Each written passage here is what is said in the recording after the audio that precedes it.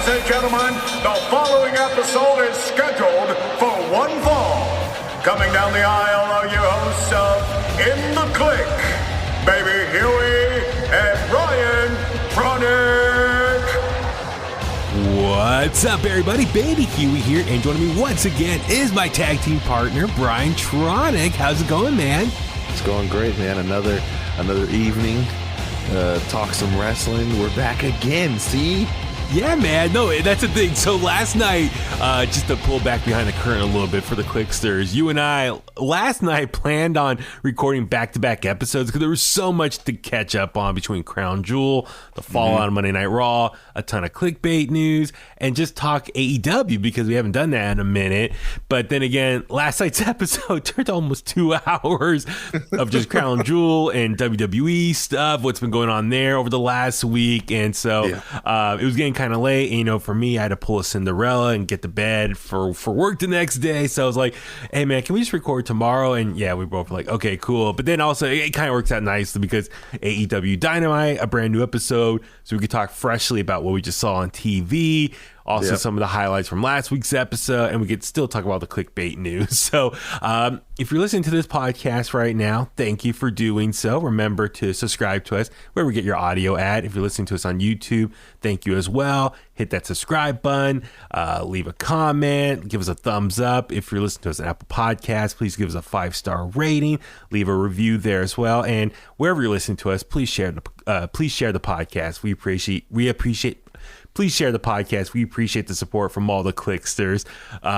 But yeah, so this is going to be very much Kliqbait news heavy conversation. We'll talk AEW Dynamite. If you need your WWE fix, listen to our previous episode. So much to talk about there, which is, you know, Crown Jewel, all that stuff like I just said. So much to get into. Got a lot of stories here from the weekend and the last couple days.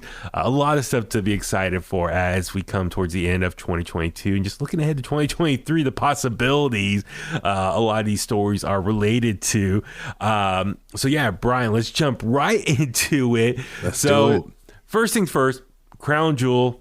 We gave our full review on the previous episode, so please listen to that for our thoughts. A lot of stuff to break down there.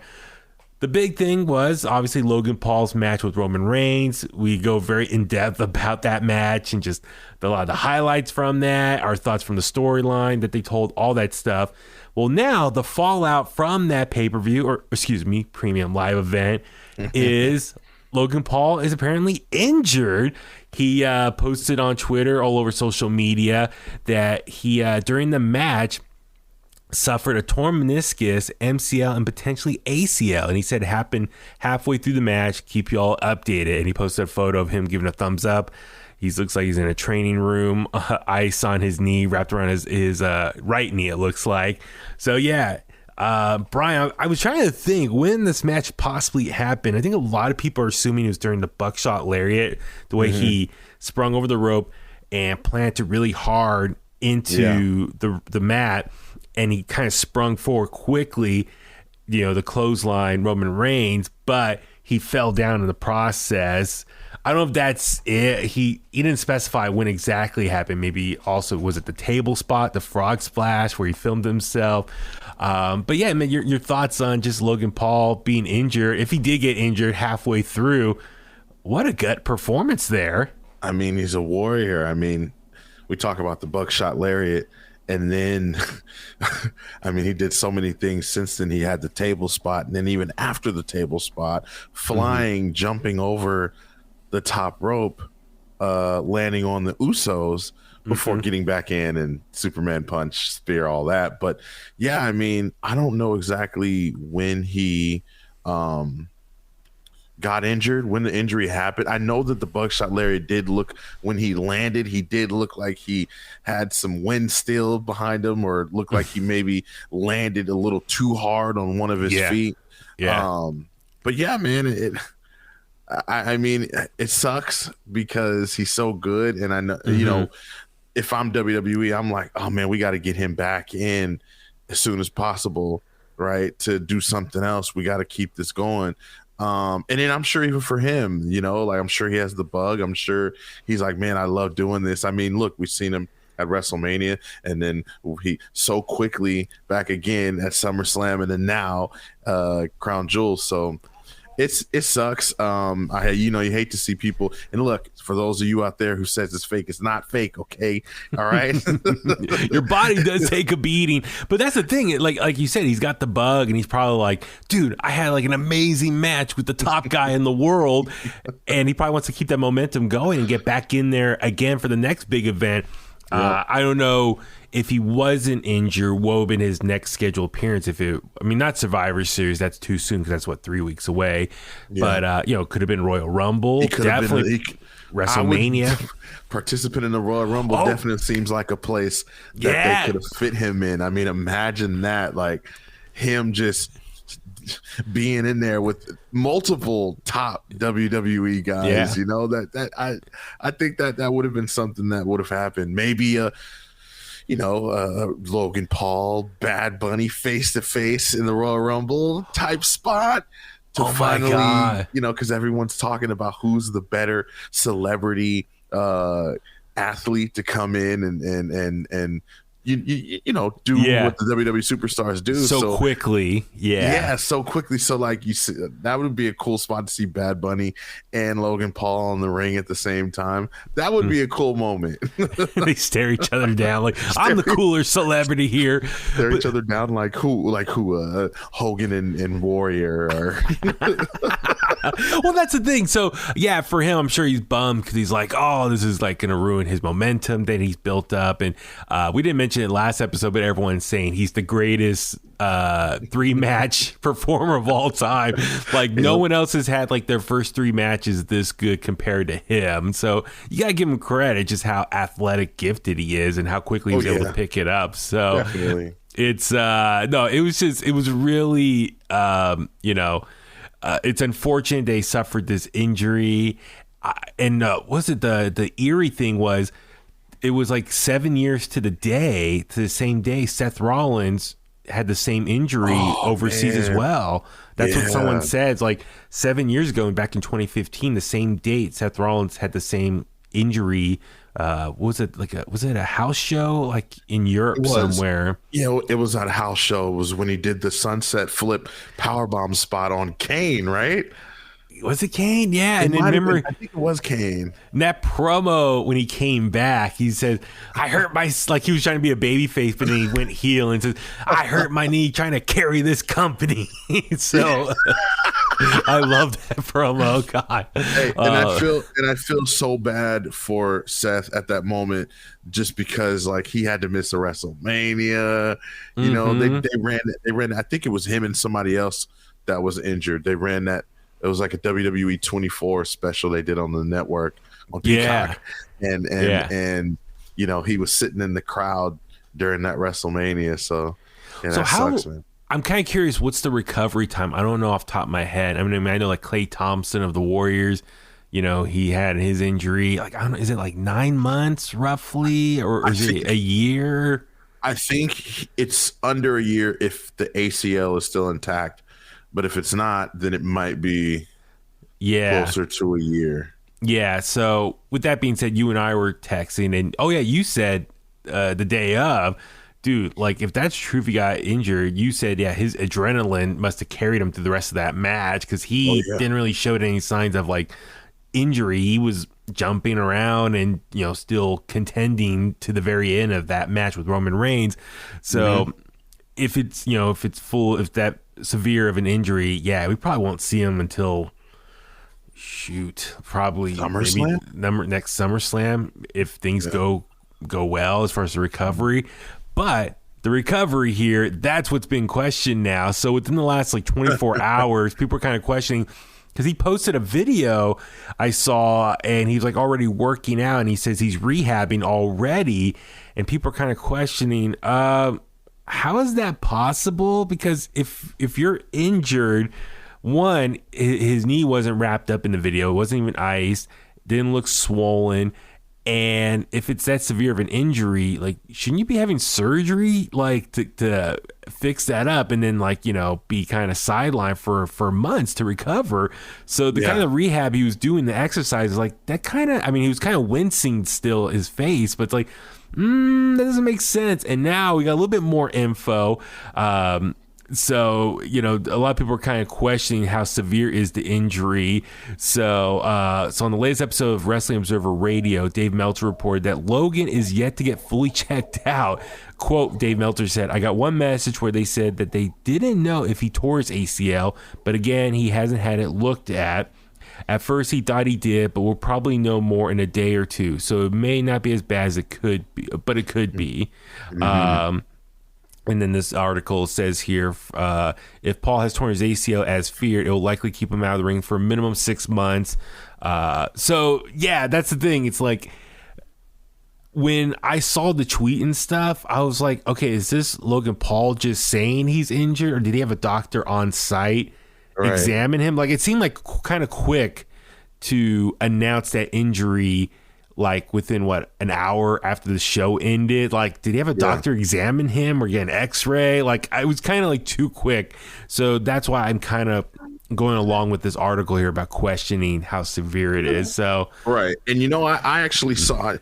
I questioned it too, because I was like, oh, usually WWE is the one that breaks stuff like that, because especially if it was after a match or something like that. I did see, I don't know if it was the next day or later on that same day, that they had announced, or they had retweeted, or they had showed his tweet of him announcing that he was injured.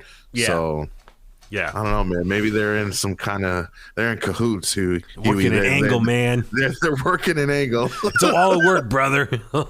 Logan Paul trying to get that sympathy going. Maybe Logan and Jake are going to be the ones to cost the Usos the tag titles on Friday. Oh my God, wouldn't that be something? So that's the thing too. It's like, we mentioned, like, if he's really injured severely, it kind of ruins his momentum. I'm sure he's bummed, and kind of maybe ruins, or he can't do Royal Rumble. But then again, maybe they would have had like we said last episode, the Paul brothers versus the Usos, and if he's out for a long time, we probably won't see that match till next year at some point. So whatever the case may be, Logan, we wish you a speedy recovery, and I hope everything's okay. So, all right, next up, another story, kind of the fallout from Crown Jewel, this time concerning Braun Strowman and another idiotic tweet he sent out. Oh, man, Brian, I'm just like, right when people, the fans were getting behind him, super happy to see him back with WWE. Been putting on some great matches, great match with Omos at Crown Jewel. Everyone's like super excited for him. He has to open his mouth by way of Twitter and type out, a stupid tweet here. So he said, and this tweet's actually deleted now. I went back to go look for the original one, and it's been tweeted, but obviously everyone's screenshotted it and transcribed it. So the original tweet said, "Holy hell, at Giant Omos." He tagged Omos, his partner, or his opponent. "Can you believe we got 47 stars?" and reminded the people that no one cares about all these floppy. I think it was flip. Okay, this might be a typo here. Cares about all these flippy floppers. Giants and monsters are greater than. Oh, flippy. Okay, sorry. Flippy floppers. Braun's grammar is in question as well. Anyway, no one cares about all these floppy floppers. Giant and monster is greater than flippy flipper bag your groceries at Kroger. Hashtag airport test. Hashtag size is the prize. Hashtag swole is the goal. So, yes, this pissed off a lot of people because he's trying to say him and Omos had this amazing match, and that big guys like him deliver better matches than guys who are a little bit smaller and do, like, the flying around and the flips in the ring and stuff. This pissed off a lot of people, even his peers, like Mustafa Ali he quote tweeted the tweet and says, "Can you teach me how to get fired?" Braun Strowman responded to Ali and says, "Don't you work in catering?" And then Ali responded to that, says, "Was definitely in the kitchen cooking you." So bam, zinger there. I know Chris Jericho responded and said, I used to bag groceries. And even Will Ospreay, you know, he had a pretty longer tweet, but he, just to paraphrase, said, hey, man, what's wrong with just making money? Just, you know, worry about doing a good job in the ring and make money. So, yeah, man. Brian, yeah, your thoughts on Braun Strowman's latest Twitter fiasco? I think my son's a little upset about what Braun Strowman had to say too. We all are, Zaire. I'm with you, man. Listen, I feel like Braun had maybe let the momentum and the energy and the adrenaline get to him. He's been on an incredible roll since coming back. Huge crowd reactions, probably one of the bigger reactions of all the returns since Triple H has been in charge. And, you know, that's crazy because he had a lot of people, like the internet did not like Braun Strowman. They didn't like $3 million, allegedly. I don't know. They didn't like $3 million Braun Strowman, who was just on the internet, you know, crapping on everybody who, you know, worked on the independents. But yeah, I honestly think that he meant no ill will towards anyone he specifically worked with, or even I think the indie wrestlers just kind of caught a stray there. I don't think it was intended to make the indie wrestlers mad or to put them down in any way.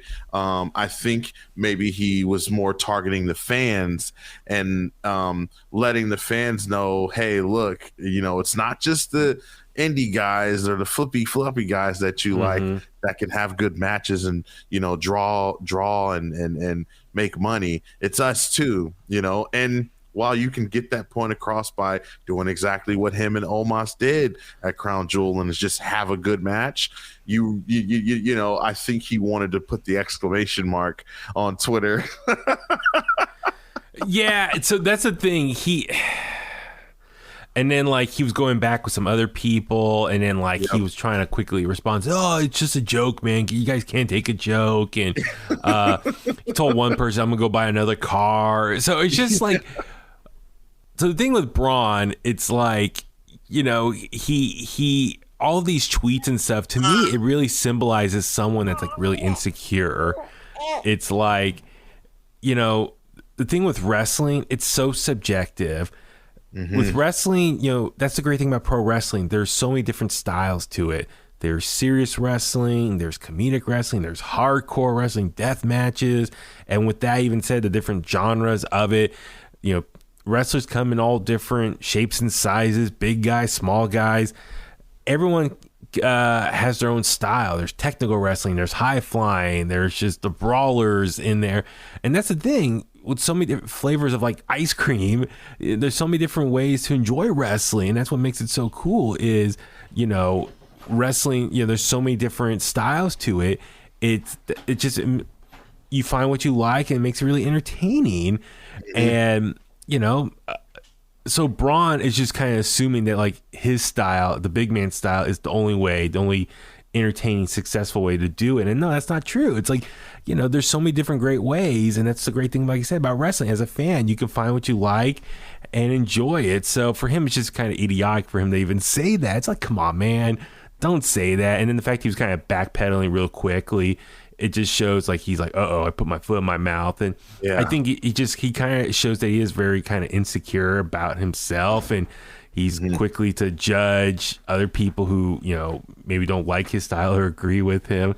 And, you know, it's just, I don't know. It's like, Braun, come on, think better, man. Like, you had this goodwill going with the fans. It's like now you're shooting yourself in the foot. Like, chill out. Yeah. You know, censor yourself. You know, if you're typing something idiotic, stop before you hit send, think about it, and then delete it.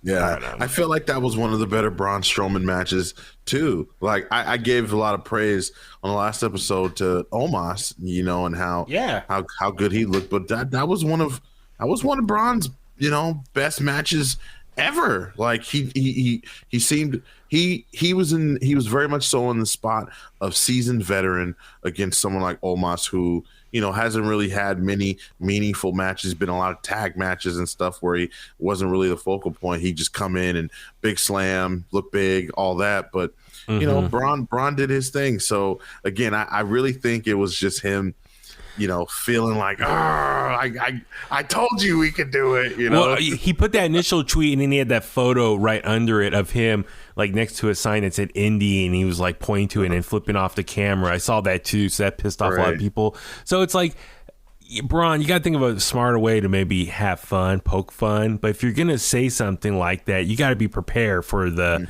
repercussions of it. So it's just that's my thing. It's like, come on, man, be smarter. Just know wrestling. That's what makes it so fun. There's so many different styles to it, and fans can enjoy what they like. And one way or the other is not the ultimate best way to do it. So for him, it's just like, come on, man. Especially with WWE, and his own roster. There are guys on that roster and gals that do all different styles.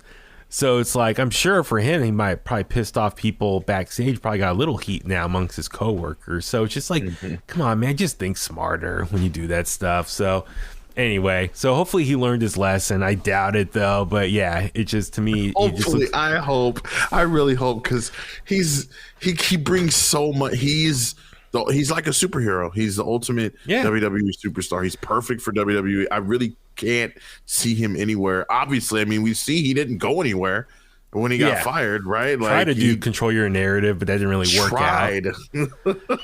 But even then, as soon as he got the phone call, he was real quick to go back to WWE. He just fits. He belongs there. So, well, that's the thing. It's like, he had those comments he made a couple years ago making fun of indie wrestlers, and it's like, well, dude, not everyone were lucky like you to have like your body size and strength and to get signed right away out of world's strongest men competitions and get paid to go to wrestling school with WWE. There are people who have to earn pay their dues other ways, up and coming, hitting the road and going indie show after indie show. So it's like, dude, like, just be a little more self-conscious of how you might affect and, offend people and hurt people with your words. So that's my main thing. It's like, come on, man, be smarter. So, all right.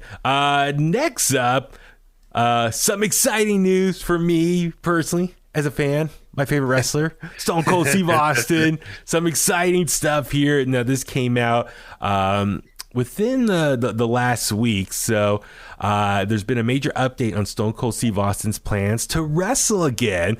So it seems that WWE seems to be on the belief that Stone Cold Steve Austin would be open to wrestling another match after his return this year at WrestleMania 38. Brian, you and I were in attendance in Dallas for that. That was one of the highlights. God, there's so many great highlights from that trip now. Just like even looking back on now, 7 months ago, like so many amazing things we got to experience that week there. I don't think people realize, I mean, obviously if you were in the building for that, you understand, but I've watched it back several times on TV and I mean, you can feel us. It.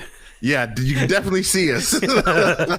But just that feeling of being there, when Austin's music hits and even just seeing him wrestle a match like that, it's incredible.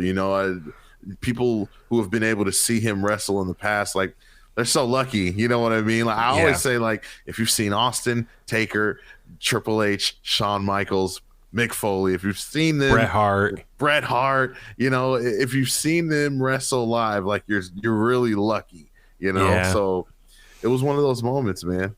Yeah. So what happened is, Give Me Sports, WrestleVotes spoke with Give Me Sports Louis Dangoor, and I guess it's like an interview. And so Louis Dangoor's been releasing different excerpts from the interview, different things this guy has been releasing to him, news tidbits there. So concerning Stone Cold, he said, quote, "I know that he had a wonderful time doing it last year in Dallas. He was happy. He was elated. Let's say that the performance of the match, everything went so well and people loved it so much. So I know he was thrilled to post WrestleMania, and I say he was open to doing it again." So yeah, man, it looks like Stone Cold thought his performance at WrestleMania went really well. And he's open to the idea of doing it again. So, Brian, your thoughts, man, of the Texas Rattlesnake might not be done after all. There might be some more matches left in the tank. So I thought he did pretty good, right? He's definitely not the same Stone Cold in terms of like the quickness and but he's still Zaire really wants to see Stone Cold Steve Austin. Yeah, he wasn't born yet. Yeah, he wasn't.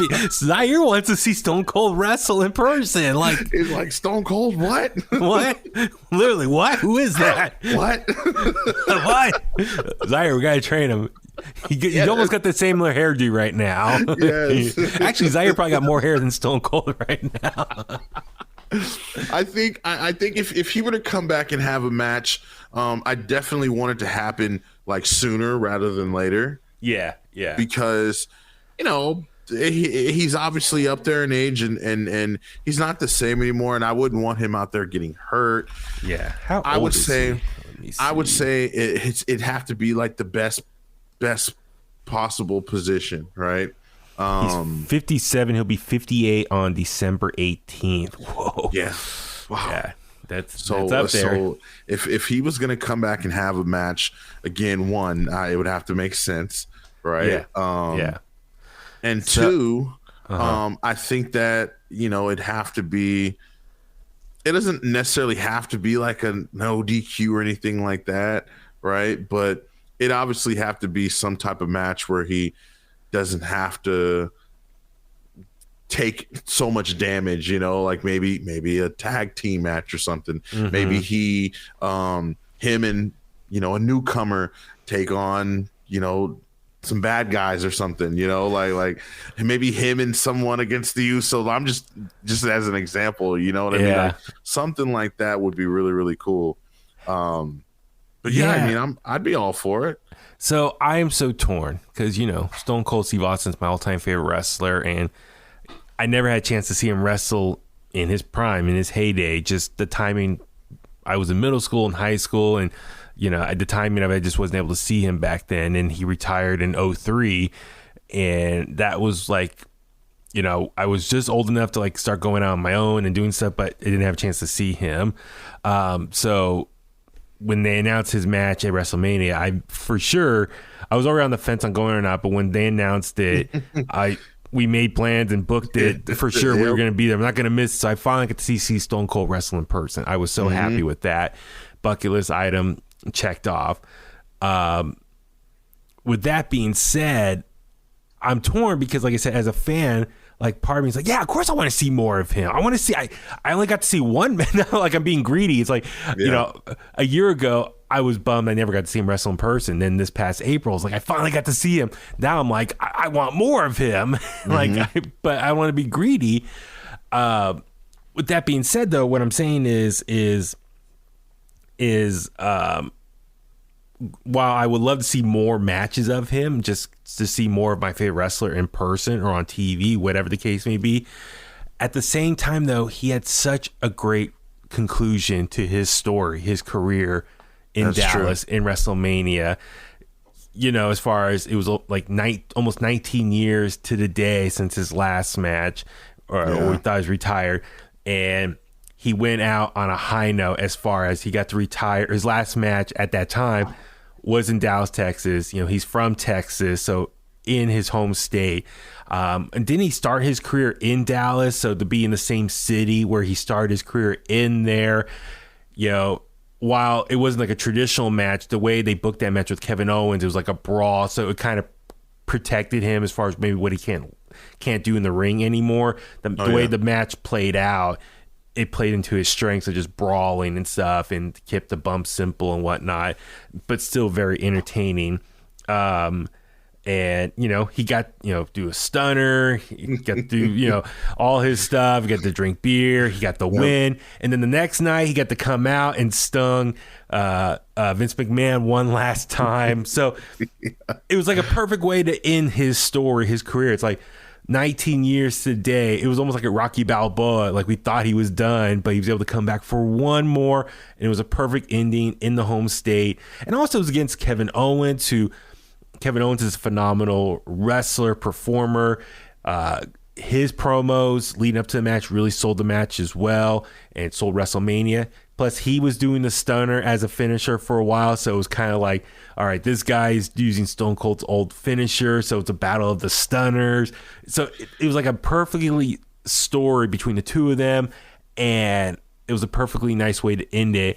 And so I think for a lot of people, me included as a fan, it's like, all right, you know what, that's the perfect way to end his career. Mm-hmm. It's like, do you want to jeopardize that? Because there's not a lot of people who can end their career perfectly. Like, he ended it originally in 2003 on a high note at his prime, top of the world, biggest name in the world. And we all know, unfortunately, he had to retire because of his injuries and whatnot.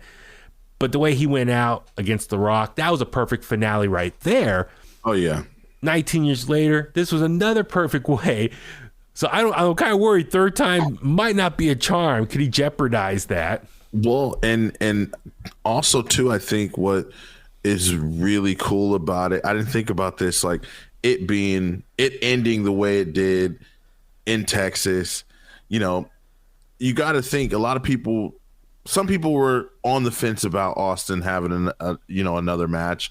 I remember people talking down on it. Oh, Stunner versus Stunner. No, we don't want to see that match. Oh, we don't want to see Stone Cold get involved.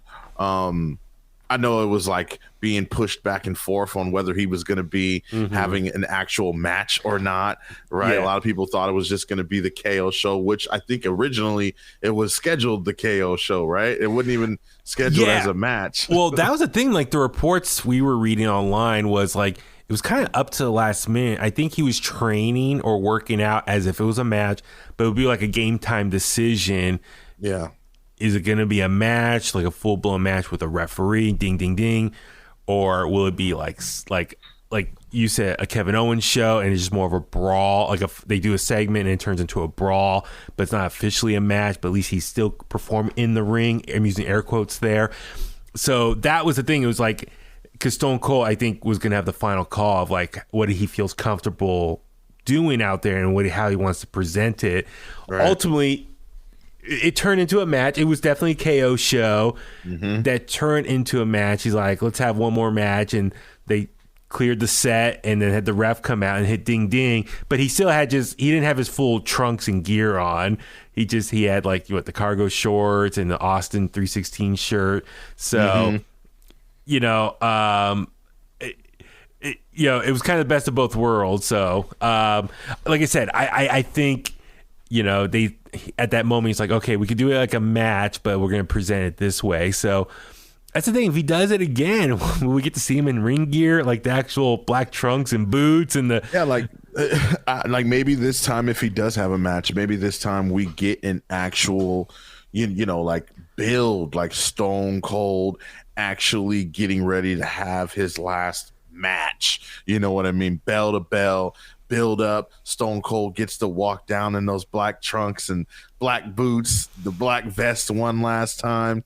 I don't know. And then it'll be, I don't know. I'm torn. Like I said, I'm torn. Like, as a fan, it's like, yeah, I want to see more of him. And, theoretically, we're most likely going to be in WrestleMania in LA this or next year. So that seems like the perfect place to do it. And, theoretically, we get to see it again. But then at the same time, it's like, how many other guys had like the perfect out and they kind of ruined it? Like Shawn Michaels, he had a perfect last match with the Undertaker, out, perfect way to retire. Then he came back one more, the DX reunion at Crown Jewel against Undertaker and Kane, and that was such a debacle. I feel like that was all Kane's fault. Yeah, well, based on Kane, Glenn Jacobs, the politician, there's a lot of things we can blame him for now. But anyway, I digress. But I'm just saying, there are guys who try to come back one more time, go to the well one more time, thinking, it's going to be fine. And they kind of, they should have maybe quit while they were ahead. Look at like Ric Flair and other people. Stone Cold, he had 2 great outs. I don't know if it's worth risking it again. So, like, I'm just, as a fan, like, I'm concerned about his legacy. I mean, I mean, he's a legend. We know that. He's one of the greats. But I'm like, does he really want to try to mess with that again? Like I said, I'm torn. Like I would love to see it again in person. But then again, you already had a perfect out. And why jeopardize that again? So I don't know. I like your idea. Yeah, maybe he could do a tag match and, paired with someone, and the younger person can do majority of the work, and he'd come and get the hot tag and do the killer spots and not have to do much bumping. Then again, also, I'm sure he's probably thinking, you know what, dude, I can work 20 minutes, if that, in the ring and get a big payday, and it sets me up for another couple years of big money. I'm sure he sees like a lot of guys, his peers, making big money over in Saudi Arabia and all these other big events. He's probably like, I want that money too. So maybe he's thinking like, maybe I'll go out there and work 15, 20 minutes and get a good payday that'll carry me through the next couple years. But let me ask you this, just to kind of, in wrapping this part of the conversation up. I mean, who could it be though? I mean, Kevin Owens was a perfect opponent because he was using the stunner and kind of the similarities there. But who could he go up against currently on the roster that would be worth it? That's what I've been sitting here kind of thinking about right now is... I mean, I have one person I could think of. Who would you say? I mean, I know some people are saying, it should be Brock Lesnar, the match that they never really had. And I'm like, nah, Brock... I don't think he can afford a trip to Suplex City. No, Brock would... I don't want him to hurt him. This recommendation or suggestion, I'll give it to Soul Monster. He's the one I heard it from. He said LA Knight. Maybe LA Knight would be the good one, because LA, just for the promos alone, I mean, LA Knight, his promo style is a mixture of Stone Cold and The Rock fused together, the way he talks, and so them alone having promos back and forth would be entertaining. I mean, LA Knight is designed, I feel like the way he's set up, I'm so glad he's gone back to being LA Knight, because the way he's set up now, so close, we're almost on the road to WrestleMania. He's in a perfect position to have a program with someone like Stone Cold, or I read on Twitter recently that there's rumors of Cena even coming in. Yeah. And but I mean, even if you have LA Knight do something with Stone Cold and Cena, I don't know, something like that. But LA Knight, it would be I mean, I could see that happening. I could definitely see that happening. Actually, maybe Stone Cold could do what he did a few years ago. Was it the New Day, and just came out and stung a bunch of people? The New Day. Was it him, Hogan, and Shawn? Was it Texas WrestleMania 32? Yeah, it was him. I thought it was him, Foley, and Shawn, or The Rock. No, him, Hogan, and Rock were New Orleans. Okay, and then another time. It was like 32, right? Him, Shawn, and Mick. Mick Foley. Yeah. Was that 32? Yeah, in Texas. It was Dallas. Yeah. Yep. So I'm just saying, like, God, but like, dude, just think about that alone. LA WrestleMania, like, theoretically, hypothetically speaking, The Rock is rumored, Stone Cold now maybe, John Cena. Hopefully Cody Rhodes will be back healed, winning the title, theoretically. Sami Zayn, Kevin Owens may be back together by that point. Like just now I'm getting goosebumps. Like next year's WrestleMania, if done correctly, could be the greatest WrestleMania of all time. Star-studded. Yeah, literally. It makes sense for LA, Hollywood. So I don't know. I'm excited for the possibilities. I think there's so much to look forward to, and that beautiful sun shining in on the stadium. I haven't had a chance to tell you. So my coworker. So for anyone listening who doesn't know, I work at 107.7 The Bone. We're the FM flagship radio station of the San Francisco 49ers. Our sister station is KMBR, the sports station, also broadcast Niner games. My coworker, who's a writer for KMBR, he went down there, not this past weekend, the weekend before, where the Niners played the Rams at SoFi. And I asked him, how's that stadium? He says, it's amazing. It's like the best stadium he's ever been to. My other coworker, who's also down there for the radio broadcast, he's the producer for it. He says that stadium is amazing. So he just said it's going to be in a fun spot to see a WrestleMania. So they got me more hyped up for all that stuff. So yeah, we definitely got to make all the arrangements. We'll be down there for that. But anyway, yeah, we'll see what happens. I mean, I hope Stone Cold's involved in some capacity, even if he makes an appearance, even hosting the event or something. I'm for it. So yeah. So and we'll see. With Triple H booking the show, he'll probably have Stone Cold in there with, some fresh faces, that we haven't seen in a while. Maybe some of the people that have come back, maybe some people from NXT by then will be called up, or someone from NXT will have a moment with a legend like Stone Cold. I feel like we've been missing that from NXT call-ups, over the last few years, is somebody having a moment, That's true. All right, so much to look forward to. So, all right, a couple more things real quick before we talk about AEW Dynamite. Let's power through this. So, yeah, Nick Aldis news concerning him and his relationship with the NWA, or lack thereof now. So, kind of some drama going there. So, over the weekend, former NWA World Champion Nick Aldis announced he's leaving NWA, according to PW Insider. He announced he's leaving on, I guess he does like the whole Instagram subscription. I see that on Instagram. People can do you can pay to subscribe to someone's account. So he did a video, and he said he gave his notice to NWA on Sunday night and made it clear that he was not happy with the promotion or its current direction. And his contract with NWA is set to expire in January 2023. Back in August, Aldis was removed from NWA 74 pay-per-view's main event. He was originally supposed to face NWA World Heavyweight Champion Trevor Murdoch, but NWA changed Murdoch's challenger to Tyrus, which got a lot of people upset. Let's see what else. And then soon after, NWA was, I think, on Monday. On Monday. Or late Sunday, but they announced that they suspended Nick Aldis, and they sent the following press release to PW Insider regarding Aldis and his status with the promotion. Quote, pursuant to the recent comments made by Nick Aldis, the National Wrestling Alliance has suspended Aldis from the main roster, and effective immediately, Aldis will not appear for the Hard Times 3 pay-per-view and Revolution Rumble television tapings in New Orleans, Louisiana on November 12, 2022 and November 13, 2022. That's what the statement said. As such, the National Wrestling Alliance reserves its right to comment on this matter at a future date. So, PW Insider reached out to Joe Galley, who not only is the announcer, apparently he's the COO of the NWA. Oh, wow. And Galley stressed that the suspension wasn't a storyline. And then Billy Corgan, I think, did an interview and said, but he thinks, Nick Aldis is trying to work an angle. I don't know about that. So, yeah. Brian, turn your thoughts on, Nick Aldis says he's not happy with NWA. He's going to leave after his contract expires beginning of 2023, and NWA quickly responded with a suspension. So a lot of drama right now. Yeah, I thought it was some sort of angle because, these days, especially in pro wrestling, you don't know.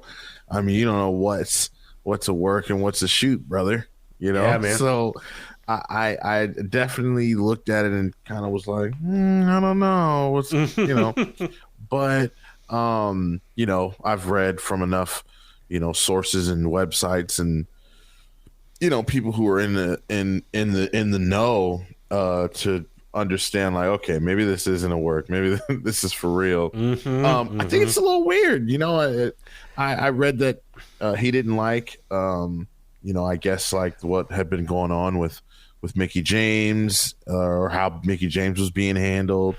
And yeah, I saw that too. I know that there's a lot of controversy and talk about Empower, and Billy Corgan isn't very he's not a very popular person right now in regards to that because of his comments on Empower and the fact that they don't I don't know, something like they don't have enough women, or he said like he doesn't think, I'm paraphrasing, something along the lines like he doesn't think there's enough quality. He says if he can find enough quality performers that can wrestle the NWA style, he'll do another Empower. Yeah. Which, a lot of people are like, whoa, come on. Like, yeah, so I don't know if Billy.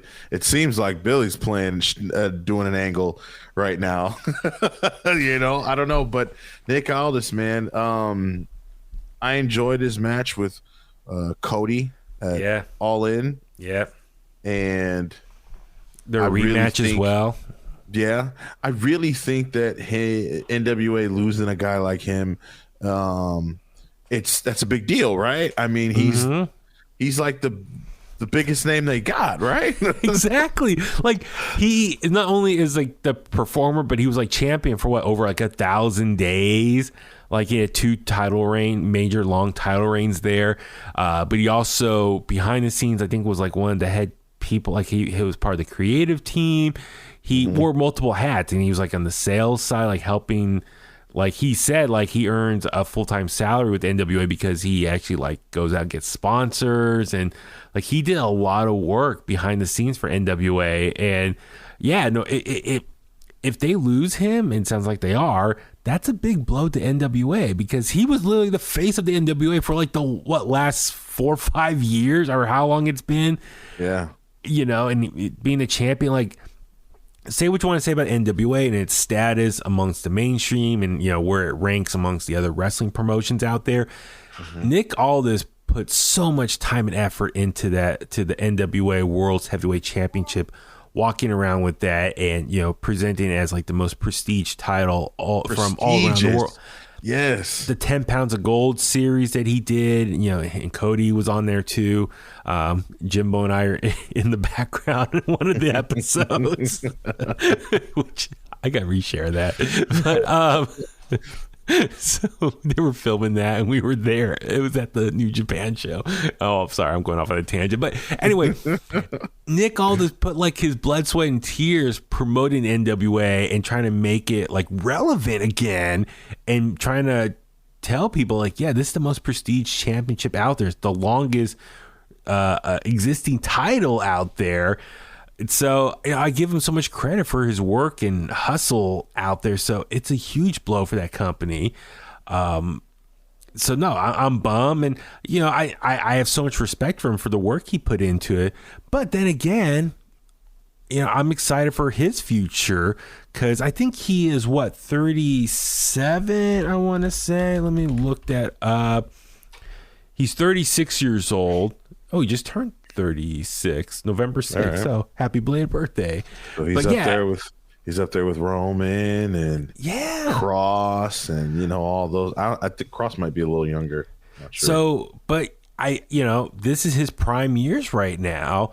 So for him, maybe he thinks this is his like last opportunity to get like a big contract with a major promotion. So I'm all for him if he can try to go somewhere else.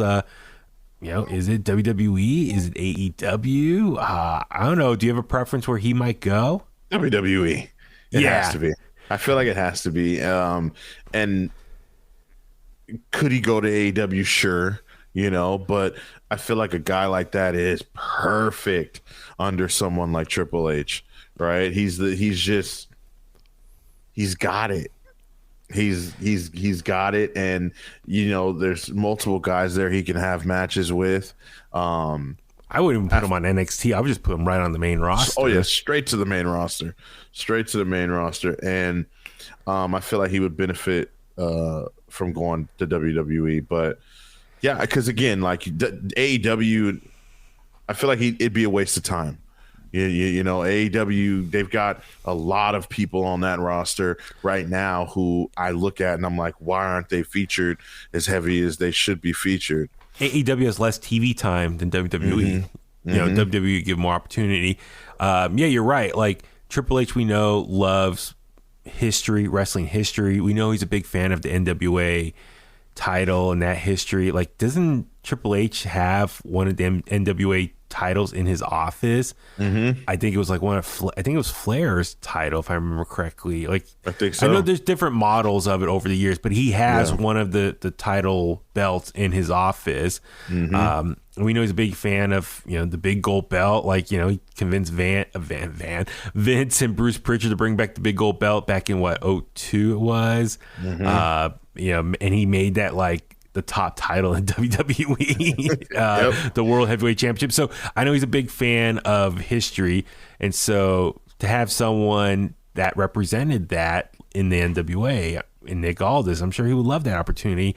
And who knows, you know, maybe he can like sign him to WWE, and then, you know, maybe that will be a way of getting maybe Mickie James, Nick Aldis' wife, back to WWE somehow. The other thing with Nick Aldis too is, you know, he never really had a shot. He was in TNA for years, and then he got let go, and then, you know, he reinvented himself with NWA, and he's got that cool swagger, you know, like royal business guy in the nice suits and stuff, and, you know, he's got the British accent. He's got a great package that would be great for WWE's presentation. I remember he did an interview with Chris Van Fleet though years ago, and I think he felt like there was politics behind the scenes why people prevented him from going to WWE, and he kind of alluded to it was John Cena, if I remember correctly. Was it John Cena? I'm not sorry. I'm totally guessing here, but in the interview with Chris Van Fleet, he tried getting to WWE, but he felt like there was people there that prevented him from signing. But now I think maybe those people are gone, so maybe he has a better chance of going to WWE now. But I think his whole presentation would be perfect for WWE. And, you know, he's a big dude. Like, imagine some of the great matches he could have there.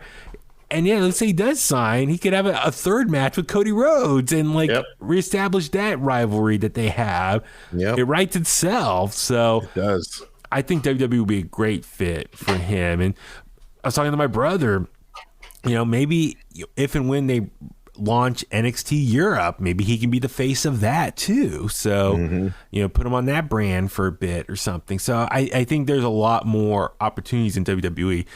With that being said, hopefully they want him, and they hopefully reach out to him at some point. You know, so, you know, we'll see. We'll see what happens. I definitely wish Nick Aldis all the best. I'm a big fan of his work.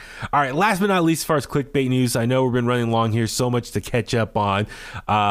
So also with Wrestle Votes and Give Me Sports, so it was reported, where is that article? I had it here. Okay.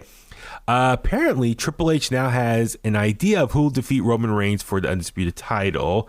So once again, WrestleVotes was speaking to Gimme Sports' Louis Dangor, and he says, "quote They have an idea of who's going to beat Roman. I don't know who specific. I don't know specifically if it's Cody. I don't know if it's The Rock. I don't know if it's Bray. But I think there's a handful of guys that they would say, all right, this makes sense for future. But I don't think it's happening anytime soon, to be honest with you."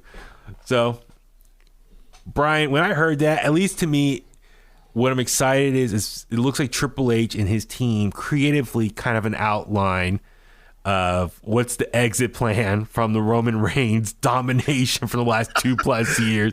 Yeah. I'm excited. Like, it looks like they got things lined up.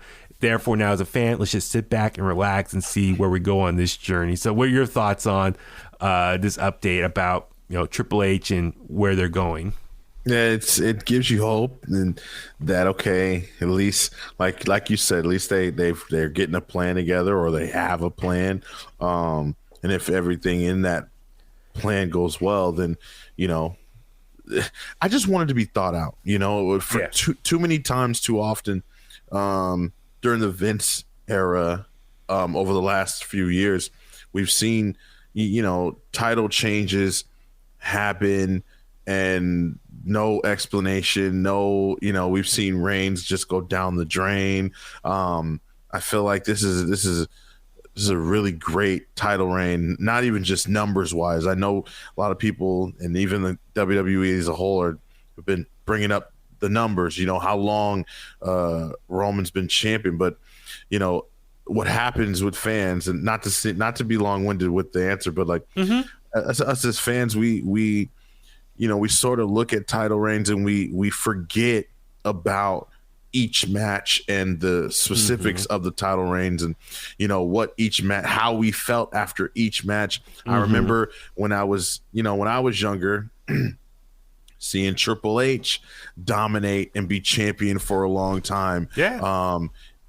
Every match, Matt, like he was the game, when he said Jim Ross, you son of a bitch, Triple H, how dare you? Like, God, just every pay-per-view, Jim Ross is screaming at the end because Triple H escaped another victory and, was able to retain the title. I'm not with you. When I would see Triple H come out the next night on Raw with a big Band-Aid over his head with his shades on, face all red, like he just went through a war, the fans booing, he still got the title. Like, if I didn't watch the pay-per-view the night before and I watched Raw and I seen him with the title still, of course I'd be like, yes, but then I'm everybody else would be like, oh, come on, he won again. So Roman's been champ for a long time, but it really matters who beats him, because he's been he's been on such a high note, and all his matches, he's been so good, so much better than he has been in the past with this gimmick, and so it matters who is going to be taking those titles away from him. And so it makes me happy that Triple H and his team and are really trying to put something together and really really think it out, because it really does need to be thought out, because like I said, you only get one chance to do this correctly. You got to make it good, because whoever beats him, it's got to be worth it. And because, you only in this title reign one time. So, you know what I mean? And I think the company worked so hard to make Roman the guy, to turn him into the guy for the longest. And it just didn't work. It didn't work. And, Brock was there, but Roman, they tried and it just wasn't working. It wasn't clicking. And then we finally got it to work here with this switch. And just crazily, it surprisingly happened during the pandemic. No fans, and so we get to this point now. It's just like, okay, maybe we didn't get Roman as champion at the time that we wanted, or for as long as we wanted him as champion, right? And it's kind of winding down, the first front end of his career, it was trying to get him over. Everyone was like, oh, he's shoving it down our throat. Oh, you're forcing them on us. That's because they didn't have any plans. They just knew, all right, we want it to be Roman. This is who it's going to be. And so I hope whoever it is next is thought out nice. And like you said, only got one shot at it. And I hope the road to it is thought out, and the fans not necessarily catch on, because I want it to be like, oh my God. But once we get to that point where it's like, all right, it's going to be this person versus this person, I hope we're to the point where we're like, I hope Roman loses. Like, I hope this person wins the championship. And I know a lot of us felt like that for Drew, at Clash of Castle, but I think majority of us felt like that because of the circumstance, because they were in the UK and it was such a big event. So yeah, of course.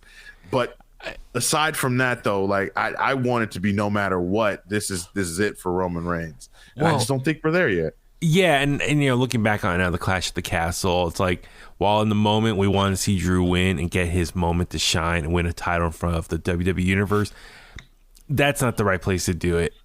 To end this long title reign, the longest in what I think we said last episode, I think was like 35 years since Hogan in 87.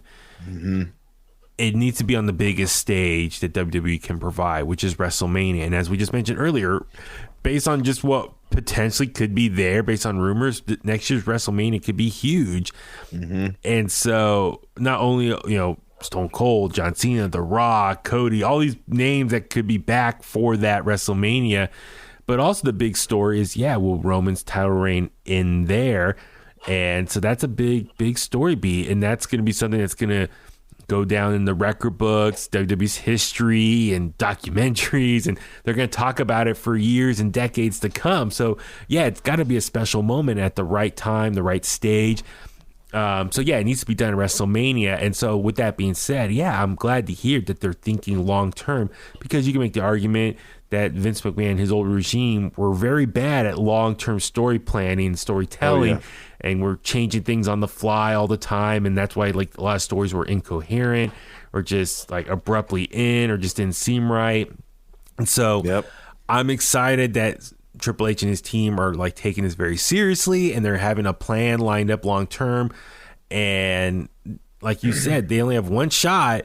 They got to do it right and make sure they have the right person, and it's going to be impactful and meaningful. And, you know, for us fans, we're going to love that moment and remember it for years to come. So I'm excited for this.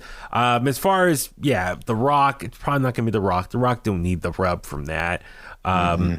Bray, I think it's too soon. I think Bray, his story is a slow burn, and his is more like off, multiple personalities or more fantasy / mythical magic, whatever it may be. He don't need a title involved in his storyline. I know he's popular right now because he's back. He's the brand new toy once again. But I think don't force him into a title picture storyline right away. You don't want to make that same mistake you did with The Fiend and Seth Rollins. I think if anything, maybe he gets into the main event title picture scene after WrestleMania, maybe next summer at some point. But enjoy the slow burn with Bray Wyatt's storytelling right now. We talked about it before. Maybe we'll still save it for another episode, but maybe Sami Zayn could be it. Me personally, I still want to be Cody, and I think Cody is the logical person, and the emotions from him potentially winning, what that represents, could be a lot really impactful. So not only in Roman Reigns' title reign, Cody gets the big win, wins the title he never got before. There's so much layers to that documentaries and everything can like look back on and be such a great moment. You can even tie in the families too, like Cody family, got a history in the in pro wrestling too, right? Yeah. So I feel like that would be a perfect. I'm one who I really wanted to be Cody too. I carry and cross. I mean he's right there too, Triple H. Don't forget about him. But well, that's the thing though. It's like with that being said, we are, I think, towards the end of Roman Reigns' title reign. So I will say this: let's enjoy this latter part of this ride. It's going to come to an end soon. The end is closer than the beginning, as far as this is going to wrap up soon. So let's enjoy this for the next few months for what it is. I think some people are complaining, it's going nowhere. No, enjoy it. The bloodline stuff is getting really interesting again. Sami Zayn's been a great addition. Let's just enjoy it for what it is. And like I said, I'm excited that Triple H and his team have things lined up, and it's going to be the big storyline for the next few months. So let's just enjoy it. I'm excited. All that good stuff. So, all right. Let's jump into AEW Dynamite from tonight. We just watched it before we hit the record button tonight. Here we are, Brian. We're on the road to Full Gear, which is coming pretty quick, man. It's going to be here in a week and a half? Saturday, November 19th. So they've been like trying to build things up. I don't know about you, man. I felt it's been a little lackluster build to this big pay-per-view. What do you think so far the last few weeks of Dynamite? Starting to feel like Vince is working at AEW, waiting till the last few minutes to give us some matches, announce some matches, give us the card, let us know. I mean, and us wrestling fans anyway, we pretty much, we follow the storylines on a weekly basis, and we, on the daily, we're looking at social media and kind of trying to put the pieces together.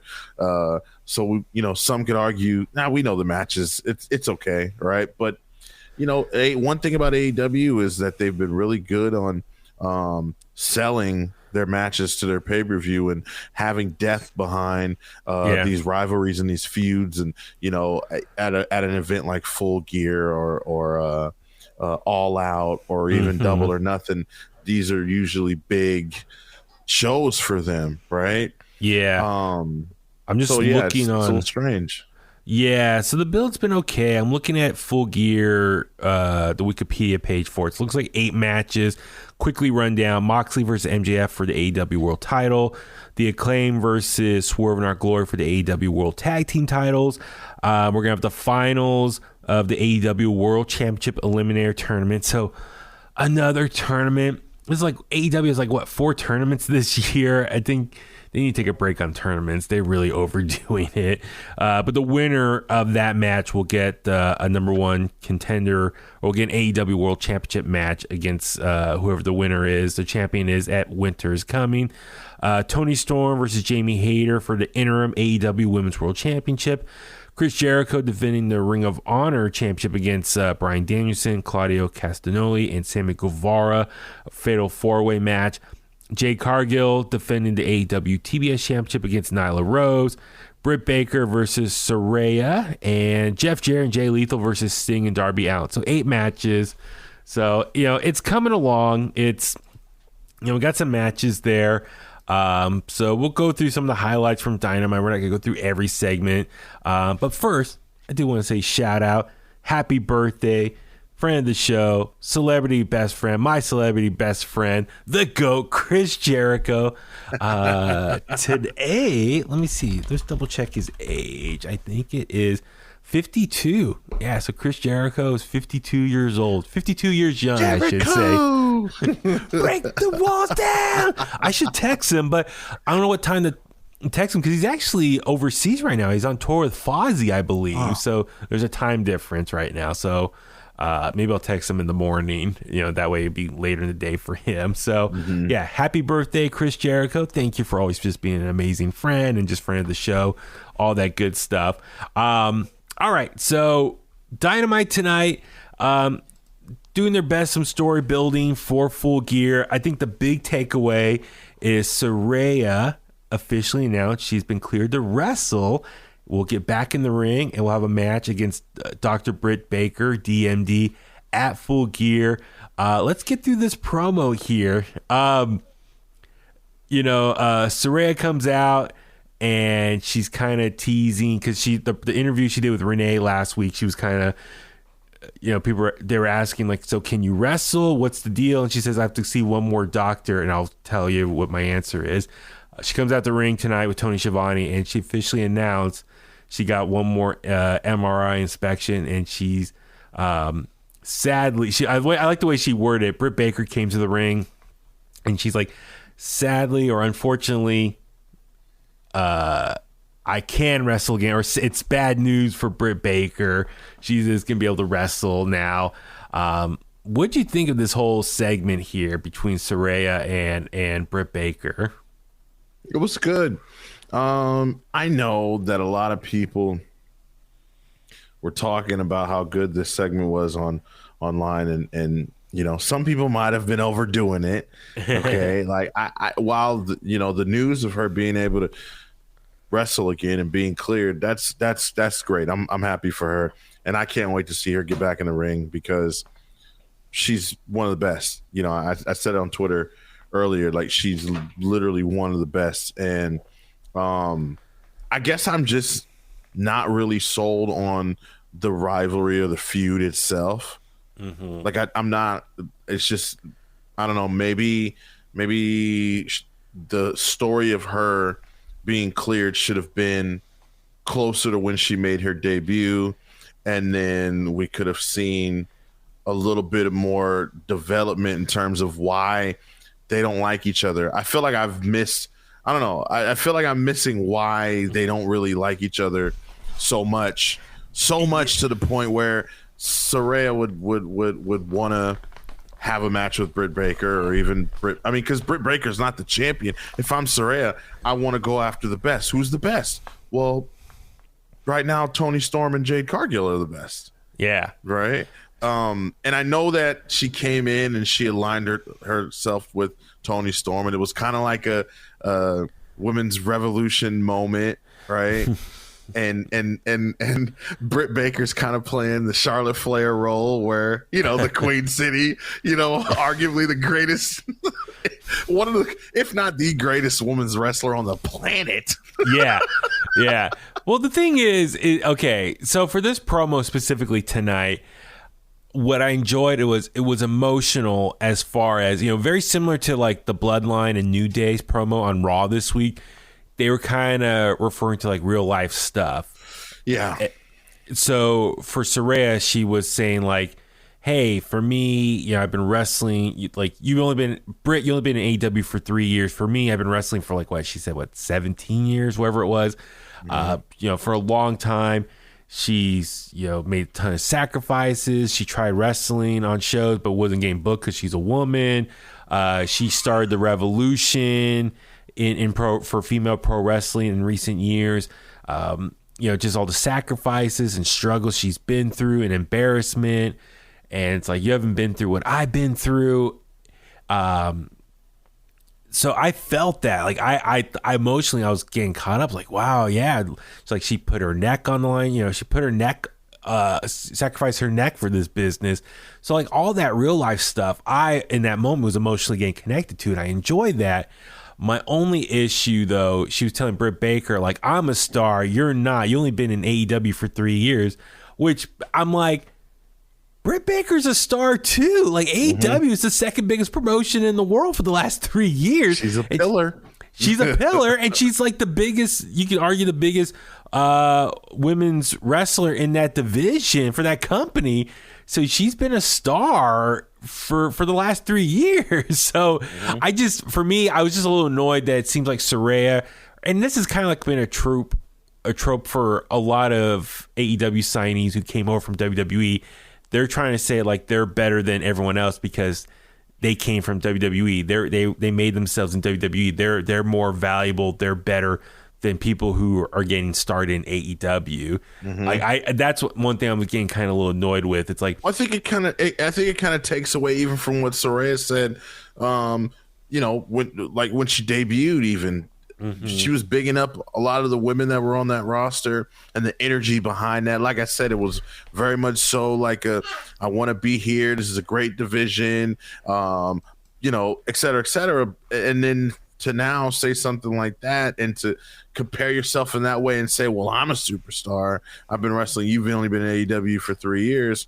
Okay, well, you were alongside in the ring some women that had been in AEW for way shorter time than that. Yeah. What do you think about them? I don't know. For me, it's hard to connect to it. I get Saraya and her story and the journey and what it's all come to. It's like that by itself is beautiful, right? But I just don't know. Like, what's the story here? Are you back because you want to elevate the division? Are you back because you feel like you're the best and no one can touch you? Like, what is it? Yeah. I don't know. Well, I like what Britt Baker said. She said, I built AEW from the ground up until it became a fortress, until superstars like you wanted to move into. And I'm damn proud of it. But that probably turns into resentment very quickly when you have the audacity to skip in here and call it your house. I don't recall you laying a single brick. I get it. I know why you're obsessed with me. It's because I'm everything you wish you could have been. And let me remind you that you left your house and walked into mine. And then Saraya, I regret to inform you that we don't take walk-ins, so make an appointment. So I like what Britt Baker responded with.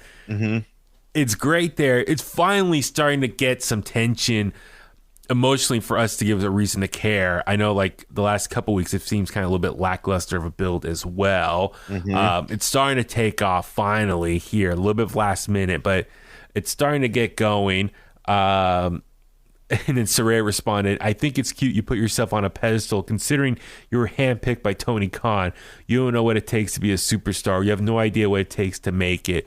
And that's what I'm referring to. It's like she's trying to shoot down Britt Baker because like she got big in WWE. And it's like, well, that doesn't really matter. Britt Baker got big in AEW. She knows what it is to be a big superstar for a company. So it's like, I just feel like that argument that former WWE people are trying to use in their promos doesn't make sense. I don't know. Like I said, I'm kind of annoyed with that. Well, and also, and I'll say this too. I feel like, again, I hate to. It was a good. The segment was good. Both promos were good. I'm really more concerned. I know Saraya's going to deliver. I'm more concerned with Britt Baker, and is she going to be able to keep up in the ring with Saraya? And I know it's been a while. I'm not saying Saraya is going to be of old, right? Because we still got it. We still got to see. But you know, the whole part when they were in the ring and she spoke about being handpicked by Tony Khan. Well, you can argue and say that Saraya was picked by Tony Khan too, or at least you picked Tony Khan, because she did say she has a boss that's gonna listen to her now and pay attention to her. Yeah. So I think about these things when she says that. It's like, okay, if Tony picked Britt, then you picked Tony. I don't know, man. You know what I mean? It's because Saraya countered to Britt's statement saying, I started Revolutions before wrestling was even a twinkle in your eye. You don't know what it takes, Britt. You don't have a clue what it takes to make it. But here's another opportunity handed to you on a silver platter. It's going to be you against me at Full Gear. I did like how Saraya was like getting emotional. And when she said she was clear to wrestle, she had to turn away from the camera. You could tell she was trying to compose herself because it's like for the first time in years, she is announcing to the world she's able to wrestle again. And that's a big moment. I think a lot of people thought she was never going to wrestle again. So she's got emotional. I did enjoy that. Yeah. We saw huge. Britt try to go for a cheap shot on Saraya, but she countered with the DDT. So Saraya was able to take a little bit of a bump. She hit a DDT, or we call it her version of where she picks the opponent up and like drops them. So we saw her scruffle with Britt Baker on the outside the ring a couple weeks ago, but this is like actual move in the ring. So yeah, it's gonna be interesting. It's gonna be exciting to see Britt Baker, or Saraya have a match in how many years. So that's gonna be a big selling point for Full Gear. For sure. Let's see. Next up, another big thing was we got to see two different promos, one for MJF and one for Jon Moxley. MJF's promo, he was over at Barstool Sports. Was it Pardon My Take? So his was like a pre-taped video package. He was not live in the arena. Now we know he's actually busy off-site right now. I know a couple weeks ago he got beat up by the Firm, taken out, and he's been off TV. But now we know it was a way to write him off because he's filming a movie. He's going to be in the Iron Claw, the story about the Von Erichs that Zac Efron is starring in as Kevin Von Erich. And when I heard he was going to be in the movie, I thought, oh, great, he could be Gino Hernandez. No, come to find out he's going to play Lance Von Erich, who was the fake Von Erich. So if you watch Dark Side of the Ring, which you should, by the way, on the Von Erichs, that tells the story about them. But yeah, Lance Von Erich was the fake guy that they hired to be part of the family, the family tree of the Von Erich. So, but yeah, I look forward to seeing, MJF in a movie, raises his stock and value. It's happening. Getting Hollywood, Hollywood, man. But his promo, though, he was doing an interview, which I don't know, was that a real interview or was that just taped for AEW? Because I don't know, because I feel like filmed. Yeah, it looked like it was just taped over there, like in the studio there. It didn't look like it had been set up to be like a real interview, unless it is, and it's going to come out tomorrow or something. Yeah, so he addresses the attack at the hands of the Firm in the upcoming title match against Jon Moxley. MJF said he respects Moxley because he had to spill blood, sweat, and tears on the road to become one of the best pro wrestlers in the world. MJF says he himself isn't just a good professional wrestler, he's the professional wrestler. So the promo is really just explaining why this match is really important to him. He complained how there were a lot of moments in his career and his time in AEW that got overshadowed by other things. So we got a Cody Rhodes reference. We got a CM Punk reference without mentioning their names. He said like his first big match on a pay-per-view got overshadowed by a guy's neck tattoo, which I was like, ooh, damn. He talked about some other matches that got overshadowed, but most recently he said his big return to AEW got overshadowed based on a press conference referring to the brawl at All Out a couple months ago. So I enjoyed that, but dude, that promo was so good. You and I are texting. What do you think about MJF's promo? I thought it was great. I mean, he's one who doesn't miss, right? Shout out to Carmelo Hayes, but he doesn't miss. He delivers every single time. And I've always known that. I think it's become a regular thing. I feel like he delivers all the time. Everyone on Twitter is always talking about how good of a promo MJF is. My whole thing is will he be able to keep this up?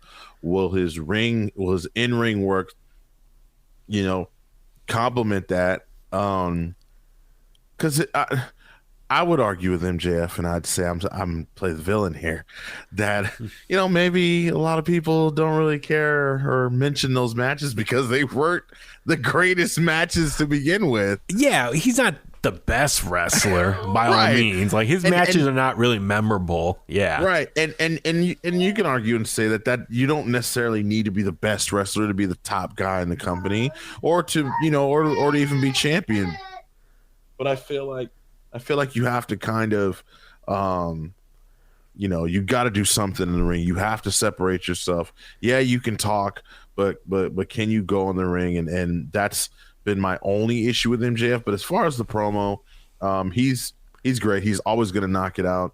And he does it in different ways. He doesn't sound like a broken record. Like he doesn't, for example, not to knock Bray Wyatt, but like, how some people get, you hear it every week. It's like, okay, it's the same thing. I'm getting tired of it. No, he finds different ways to deliver his promos or his messages every single time. That's true. And, he referenced like, other generational talent, Hogan, Austin, The Rock, all these guys had big moments when they were solidified as generational talent. And he says this could be the potential crowning of the next phase of the next generation of professional wrestling. So he's definitely selling this as a big moment for him, his career, and becoming the face of AEW and all professional wrestling. So it got me hyped up watching this video.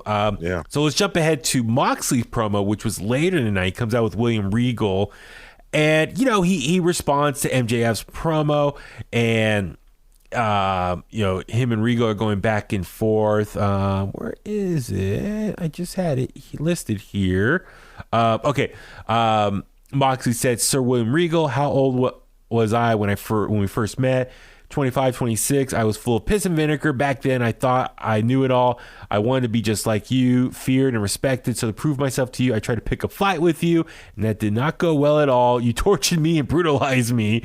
It forced me to evolve. You told me then, as you finally took me under your wing, and now the real work begins. And now who does that young kid remind you of?" Regal responded, "MJF." So, Moxley then added, "I will face MJF at Full Gear for the AEW World Championship. The question is what's going to be different this time for MJF. Who is MJF? He seems to be having some type of existential crisis right now." Keep in mind, they did wrestle each other, like a year and a half ago, or almost 2 years ago, 2020, in Jacksonville. Moxley, let's see, he said he calls himself a pillar, even though he has no idea what it's like to have any weight on his back. Even more amusing, he calls himself the devil. Dude, I have seen the devil. I have met the devil. I have looked in his eyes. Dude, you are not that. You're not that at all. Now I want you, as William Regal wants you, to fulfill your potential one day. Let me read that one more time. Now I want you, as William Regal wants you, to fulfill your potential one day. When you step into the ring in your hometown, just remember one thing: everything you've done up to this point has been easy. So, Moxley's like, bring it, more or less, bring it, man. You're calling your shot, saying it's gonna be a big deal. Live up to your potential and bring it. So, what do you think about this promo, this response from Moxley? It was another good promo from Jon Moxley, a good response, and I think he's playing it cool, and it's really making me feel weird about the relationship between him and William Regal, right? Like, he's the champ. Obviously, he's confident. Moxley always has this, real like, let's just fight. Let's just get it on. Like, he's a man of not so many words a lot of the time. So, which is another reason why I'm not surprised, but I'm excited that he was able to cut a promo like this. He's not a bad promo, but again, like I said, he's a man of not so many words. I just feel like, oh man, like this could really turn out to be something big. And the fact that he's a part of it, right, at Full Gear, the fact that he's defending the championship, and there's a lot riding on this main event, right? It hasn't had the best build because of outside interferences and things going on. They haven't really like done much in the ring together, like face off. But yeah. And honestly, I mean, we can sit here and say that maybe, I mean, was this match even supposed to really happen at Full Gear? Because I know that with Hangman going down, they just announced it immediately, like so quick. So maybe with Hangman going down in the match so early and them having to call an audible at that moment, maybe that changed plans of how they were going to go about the build for this. I don't know. But yeah, I mean, I think Moxley's doing the best that he can. MJF's doing the best that he can. The best thing that he knows how to do, which is sell a match. Right. So we'll see, man. We'll see. So you and I are talking, we think a heel or a swerve has happened, a heel turn, a change with William Regal. Yep. And I think you tweeted this out. So what do you think is going to happen with William Regal at Full Gear? I think he's going to turn on Jon Moxley. Mm-hmm. I think he's going to, because they talked so much about the Dynamite Diamond Ring, and MJF even mentioned it tonight in his promo, and not using the diamond ring. That's all he does is use the diamond ring to win matches. Well, I think this time he won't use the diamond ring, and he'll use the brass knuckles given to him by William Regal to take out Jon Moxley to become the new AEW champ. Because what you and I are talking off the air, so they had that promo a few weeks ago, Regal and MJF revealed, like, he tried out for WWE. Regal offered to like look at videotapes of his, and he was sending it to him, and then eventually William Regal said, "Hey, you don't need to send these to me anymore. You just go prove yourself." I'm just paraphrasing. MJF got really pissed off, like, "You're giving up on me," and he used that motivation to go do what he is now, to create who he is and build himself up to be the biggest name in pro wrestling right now. And he's trying to stick it to William Regal and trying to prove William Regal wrong after all these years. So, and then even, Moxley said in the promo tonight, do what William Regal wants you to fulfill your potential. So is that foreshadowing that, William Regal might turn on Moxley and go with MJF? Kind of similar, like, I'm trying to think of an example, like, God, Paul Heyman when he left Brock Lesnar with the Big Show, or actually that might be kind of not the best reference, but maybe Paul Bearer leaving Undertaker to go with Kane. Like, I'm just, William Regal, he's been with Moxley for a bit, but Moxley's getting up. Theoretically, he could, in his mind, think Moxley's getting up there now. I'm gonna go with MJF. He's younger and he's the next big thing. I'm gonna align myself with this guy, a guy that proved me wrong, who I thought, was nothing at the time when I first met him, but he's proved me wrong, and I'm going to align myself with him. So I could see that could be the story beat, and you brought up good points. Yeah, because he had the brass knuckles as well when that promo with MJF, right? He bust out those brass knuckles there. So, yeah, I can see, Regal turn heel, turn on Moxley, and help MJF win the title and align himself, and it comes full circle. It's like, yeah, I didn't believe in you back in the day, but now I do, and I want to be with you, like be your manager or whatever. So I could see that happening. Definitely, man. And now that I'm sitting here thinking about it, I'm like, you could even have Regal help MJF and then have MJF just dump Regal. Yeah.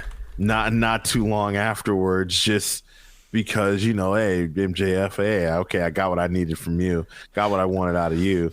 See, that's the thing. I'm on my own. Yeah, MJF doesn't need Regal. He doesn't need a manager. He doesn't need a mouthpiece. So, yeah, maybe it could be like, I got your true colors, and yeah, I don't need you. Yeah, and so maybe they align each other for a bit, then MJF gets one last payback and it's like screws off Regal in the end anyway down the road. It's like, I got the title, I don't need you anymore. So yeah, it's gonna be interesting how this plays out. But yeah, I think it's safe to say we all think MJF's gonna win the title. That's for sure. A bet. Also, we didn't have a chance to talk about it last week, but yeah, Jeff Jarrett made his big debut with AEW last week. You know, he they beat up Darby Allin. He comes in, you know, dressed up in all black, the last Outlaw gear that we've seen in Rock lately. So they're building up a match. You know, he's aligned himself with Jay Lethal and who else was it? What's the names? Oh my God, let me. I had it here written down. Where is it? Oh, Satnam Singh and Sonjay Dutt. Am I saying that right? Sonjay Dutt. Sonjay Dutt. I'm sorry. So Jeff Jarrett, the guy is like the luckiest guy in pro wrestling. Like this year alone, like the beginning of the year, he worked a GCW show. Then he got a job with WWE, working, you know, in their live events department. Head of that, he reffed a match at SummerSlam. He was part of Ric Flair's last match. Now he's working with AEW. Like, he's been doing a bunch of stuff this year in different promotions. He's like a chameleon, adjusting on the fly. But yeah, what did you think of Jeff Jarrett joining AEW now? I feel like this is a way to try and get Jay Lethal over in a way, to get him some more shine, you know, pair him with someone he's familiar with, like Jeff Jarrett. But other than that, you know, I know that he's got a whole role in AEW, so, you know, that's cool. As far as on screen, I don't know, man. Maybe just because he did do a really good job tonight on the mic. He's still got it in terms of that, but I don't really want to see Jeff Jarrett wrestle anymore, man. I don't know what's wrong. Why does he have time on TV and not Andrade? Yeah, so Jeff Jarrett, hit the guitar shot on Darby Allin last week, and yeah, it's officially signed with AEW. But also, so it looks like he has a role on screen right now. But let's see. By the way, it's his first time. Last week was his first time on TBS in over 21 years, which was the final episode of Thunder, WCW Thunder, March 21st, 2001.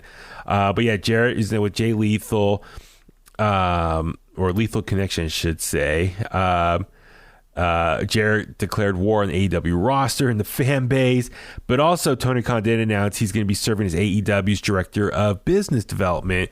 And so I think his goal is going to be trying to create more live shows for AEW. I think potentially it's going to be like some house shows for AEW. So for me, I'm torn. I'm with you. It's like, do we really need Jeff Jarrett on TV in AEW when there's plenty of young talent on the roster who are fighting for TV time? Give them that TV time instead of Jeff Jarrett. But I imagine Jeff Jarrett's not going to be on long term.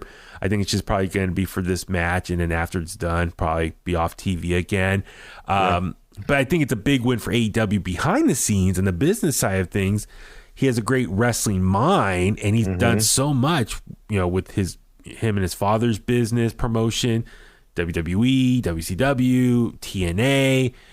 I think a great wrestling mind like his can be a big help for Tony Khan, and like another voice that Tony Khan can like tap into for advice, direction, all that stuff. So I think that's actually a big win for AEW behind the scenes. Oh yeah, definitely.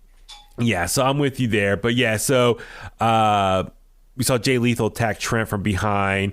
So Jarrett, you know, comes out later on the ramp, and you know, after he said, "That's right, Sonjay." Oh my God, I'm butchering Sonjay again. Dutt. Sonjay. After over 1 million views on the debut of The Last Outlaw, it's very apparent. The question is, why is The Last Outlaw in AEW? Because when a friend calls, a friend shows up. I showed up to put a plan together, and we started last week. And, you know, saying that him and Jay Lethal have been friends. He helped got his first contract in TNA. and he went on to be a Grand Slam champion in Ring of Honor. So they all have history in the wrestling business together, even though it seems a little bit of an odd pairing. But he said, Sting, Darby Allin, we're calling you out and putting a challenge out there. So it looks like it's going to be a match at Full Gear. So, okay, I'm excited for the short term of this. As long as it's short term, the match, with Sting and Darby Allin, they do have history. Obviously, Sting and WCW with Jeff Jarrett. Mm-hmm. But yeah, after Full Gear, no more Jeff Jarrett. Let other young talent get on there. I'm like you, Andrade, all that stuff. So anyway, but I'm also excited for AEW behind the scenes. More smart wrestling business minds behind the scenes could be a big asset for AEW. All right. We saw another Elite video teasing the Elite and then disappearing, but it's all the Full Gear graphics. So I'm guessing the Elite are going to come back at Full Gear, right? That's AEW's new worst kept secret. Exactly. So the Elite returning. Yeah. So I'm excited to see them back finally. And the last thing we'll just touch on. Need them. Yeah, absolutely. I know we're kind of jumping around all over the show, the highlights and stuff. But we did see Wardlow come out for a TNT Championship Open Challenge. Ari Daivari took the challenge. Wardlow beat the crap out of him, destroyed him while Samoa Joe was ringside watching him. Wardlow grabs the microphone and says, finally I have a suitable opponent for my title. This is in response calling out Powerhouse Hobbs. Powerhouse Hobbs comes out and says, thanks for coming out to face to face like a man this time, but you ain't getting that TNT title. It's mine and will always be mine. Samoa Joe's in the background pacing around, just staring at Wardlow. And he just ambushes him and attacks Wardlow, beats him up, chokes him out. I'm shocked, man. So this partnership that they were having for a while is now ended. Samoa Joe turns on Wardlow. What'd you think of that? So I didn't know. I tweeted about this and I was like, why is he turning on him? But I didn't catch what on Rampage Wardlow had said.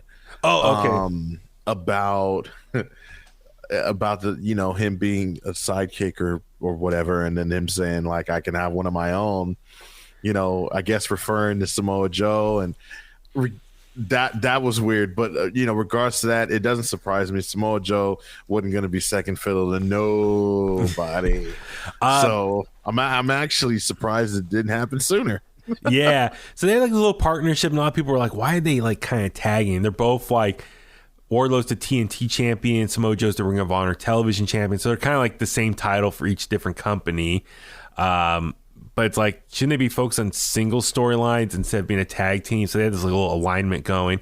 But anyway, for me, on Rampage, they had a match together, and Wardlow kind of pushed Samoa Joe to the side to look up the ramp, and Samoa Joe was kind of taken back and was just staring at Wardlow. So it was kind of foreshadowing Samoa Joe's questioning Wardlow as a partner.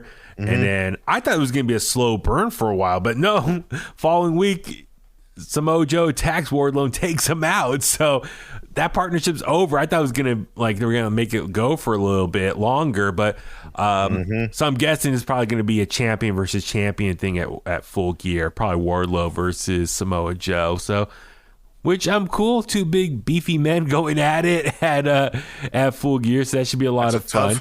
That's a tough booking decision, man. Because while you have, Wardlow who needs as many wins as he can, meaningful wins, right? Yeah, that's your TNT champion. I feel like Samoa Joe also, the Ring of Honor television champion, right? Television champion, yeah. Ring of Honor television champion. I feel like that's, while they don't have any TV deal or anything like that, I feel like it's still important to keep a guy like Joe as strong as possible. So it's tough, but hey, that's what you got to do, right? You gotta elevate your now and your future, right? And Samoa Joe's not going to be around for Wardlow. Too long. Yeah, Wardlow needs to win. I know we're not doing predictions yet, but Wardlow needs to win.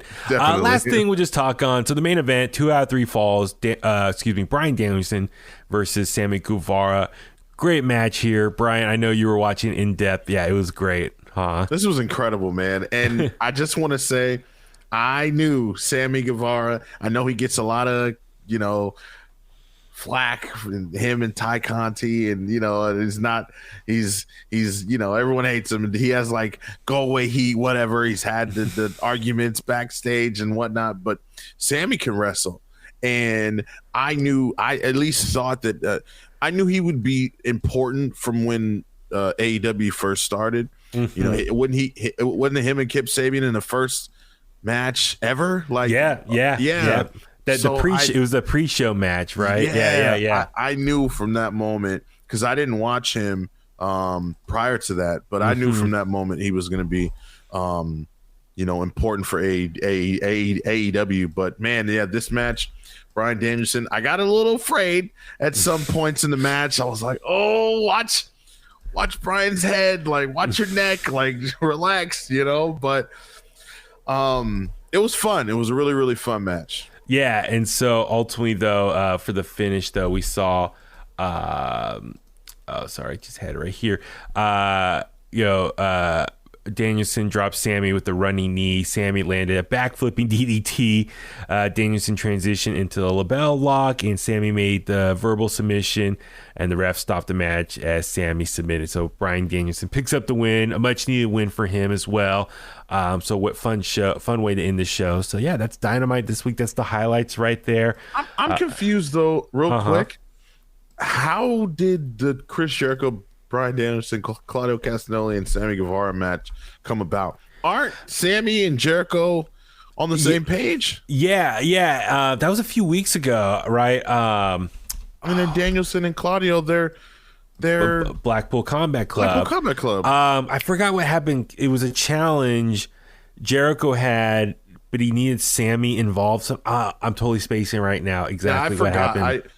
I don't know if I missed it or it was a couple weeks ago. When they announced that match, it was a couple weeks ago. Right. I'm sorry, I'm totally spacing on it right now, but there was a reasoning behind that they announced. So, but yeah, so that's Dynamite for this week, and Full Gear is coming up pretty soon. So yeah, maybe next week we'll do some predictions for that, and it should be still a fun show overall. On that note, let's start wrapping things up. Brian, where can the Kliqsters find you online? Kliqsters, you guys can find me at BrianTronic on Twitter and Instagram. And I'm Baby Huey. Follow me on Facebook at Baby Huey Official, Twitter and Instagram at Baby Huey83. For everything else, at In The Kliq on social media. Please follow along. Email us intthekliq@gmail.com. Subscribe to us wherever you get your podcasts at. We appreciate all the love and support. And on that note, let's go home. And that's the bottom line, because Huey said so.